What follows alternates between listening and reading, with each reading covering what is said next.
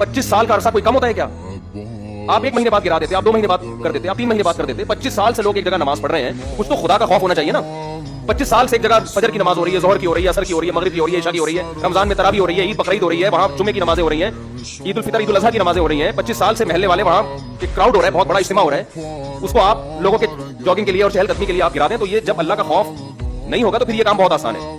वैसे भी लोग मेंटली एक चीज के लिए, एक चीज लोगों के जहन में, महल्ले वालों के जहन में बैठ चुकी है कि ये इबादत की जगह है, यहाँ हम नमाज पढ़ते हैं। आप खुद सोचो, वहाँ जब वही लोग वहाँ आके देखेंगे कि ये मस्जिद थी जहाँ अज़ानें पूजा करती थी, जहाँ नमाज 25 साल से होती आ रही है, वहाँ कैसे गैरतमंद आदमी उस पार्क में टहलेगा? कैसे गैरतमंद लोग कहेंगे ये अल्लाह का? देखो, मस्जिद का मतलब क्या होता है? अपनी मिल्कियत से वो प्रॉपर्टी निकाल के अल्लाह की मिल्कियत में दे देना कि अल्लाह ये तेरे हवाले कर दी हमने। तभी उलमा का इस पर इत्तेफाक है कि एक जगह जब मस्जिद को नामजद कर दी जाए तो क़यामत तक के लिए वो मस्जिद बन जाती है, क्योंकि आपने अल्लाह की मिल्कियत में दे दी, आप उसको अपनी मिल्कियत में वापस नहीं ले सकता। हत्ता कि जिसने प्लॉट वक़्फ किया है ना, वो भी नहीं ले सकता वापस।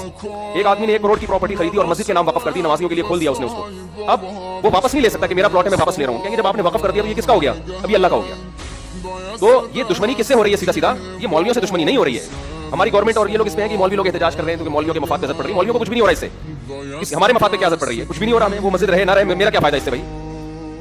एक आध आदमी का शायद कोई बेचारे इमाम की वहां तनख्वाह हो, वो इमामों को अल्लाह ऐसे ही खिला रहा होता है, कोई जगह से बंद होती है, अल्लाह रिस्क के 10 रास्ते खोल देता है। ये आप जंग मौलानाओं से नहीं कर रहे हैं, ये महल्ले वालों से नहीं कर रहे हैं, आप जंग डायरेक्ट किससे कर रहे हो? अल्लाह से कर रहे हो। खुदा का खौफ करो, कुछ खुदा के गजब से डरो। ये आप डायरेक्ट अल्लाह से